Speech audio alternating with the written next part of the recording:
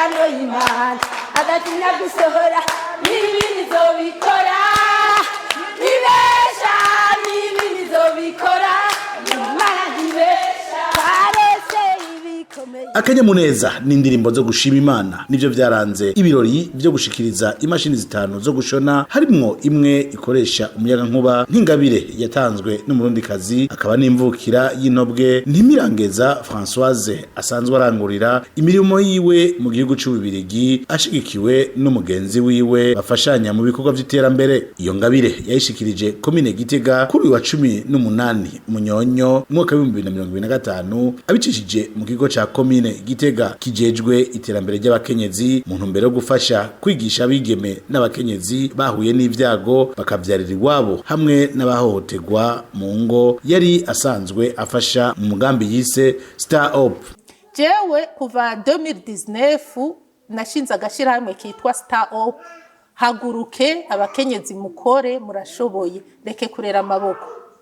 Nafashije abanyeshure batwaye inda bata amashure, ndabaha impanuro ko boronka inyigisho nyinshi zo kwirinda kugwa mu mitego y'ababatwaza inda. Jewe rero iyo shirahamwe naragerageje gukora ibishoboka kuko nubatse ivyambayeko kugira ngo abandi bigeme ntibazobigwemo. Mwakira aka kantu ndagahereje indongozi, muzokwiga mushone n'ibindi turose tuzobazanira. Izi mashine ico navuze nuko nabonye ndazisigiye abo sanzwe fasha, nta responsabilité ikomeye hari. Iki kigo kizobafasha kibasohore mu bandi, tukifuza nuko bobaha n'amasertifika kuko ntituzoha nk'imashini umuntu tutabonye yuko yashoboye yayiza akamenya. Ico ndabemereye nihagira abashobora guheza nzobatekera nabo nagashimwe bagende bimenye. Ariko iki kigo twiyemeje kuzokorana nabo, bibaye ngombwa muri kazoza tubatumire baze kuyaga ibiriko birakogwa. Wikorana ntibikunda. Ubu tuzoca tuza turakorana, tugire communication, turabibikenewe, ariko ntitubemereye kuza turabaha, tubemereye kubiza kugurura umutwe.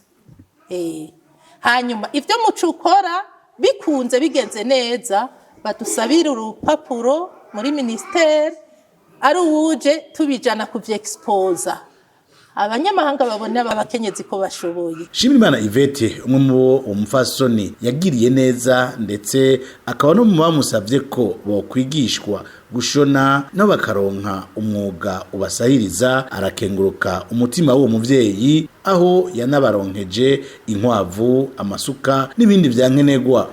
Mama asa nuko ari umuvyeyi wanje, je kibazo twari twahuye byarashitse ndatwarinda ndi kwishure, ndarata umwaka mugabo yaranshubije kwishure, ndamara amashure ndaronka na diplome. Turanezerewe cyane ko turose udufata mu mugongo, n'abatari twegara aho arabafata mu mugongo, turamushimiye cyane. Tumusaba kutuja imbere muri byose, arobandanya twiyumvira nkuko yatwiyumviriye uno munsi.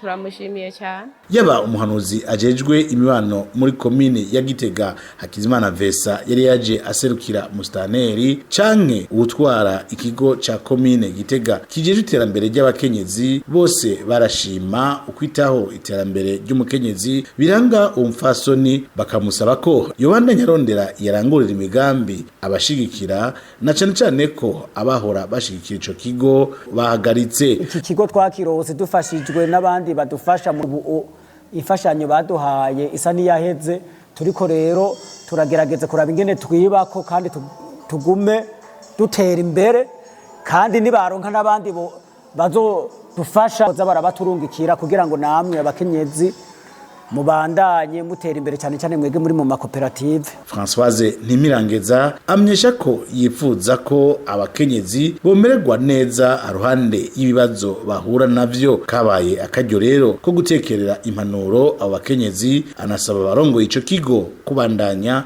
baha ubumenyi bukwiye abo bakenyezi. Ubugurure mu mutwe, hakora mu mutwe, utafise mu mutwe ntukora, kandi ibibazo ntibizobabuza gukora. Ndababwiye ko ndi mu bantu bahuye n'ibibazo birenze urugero, ariko nagumye ntambuka njabuka ndabihonyorako ngaha ho ngeze. umukenyezi umwigeme ategerezwa kurondera ubuzima kandi atakonta ku mugabo. Umukenyezi w'umutima agira ubwenge ntagira amatwi. Niwagira amatwi ntuzoshobora kubandanya, muzohura n'imitego myinshi cyane, murayihonyore ko mubandanye mubihagara hejuru. Nta mukenyezi dushaka ko tubona yicurikiriye, oya, ingorane zose zirahera iyo utazihaye umwanya. Ushobora kubura umukenyezi wakuze ufise indero ukagwa mu mitego utikura. Raba iyuja wavanse sino muzogwara amatasiyo amavesa bice, haguruke mukore.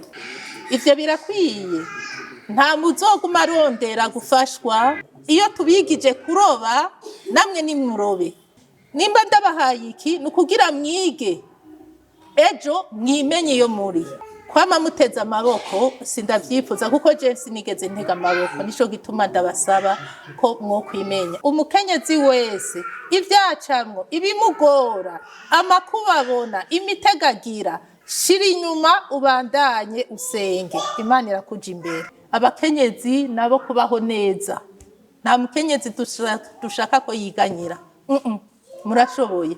Ntimirangeza akaba ashimira abajejwe intwaro bo muri komine ya Gitega ko baramwizeye kugira bakorane muri ubwo butumwa bwiza bwo kwitaho umukenyezi. Kubwiye ngo umukenyezi ateye imbere biroroshe gushika kuri yambona kazoza igihugu. Ibirori by'uwo munsi byarangijwe n'umugirwa wo gusangira n'abana shokora hamwe no kubaha ibikinisho.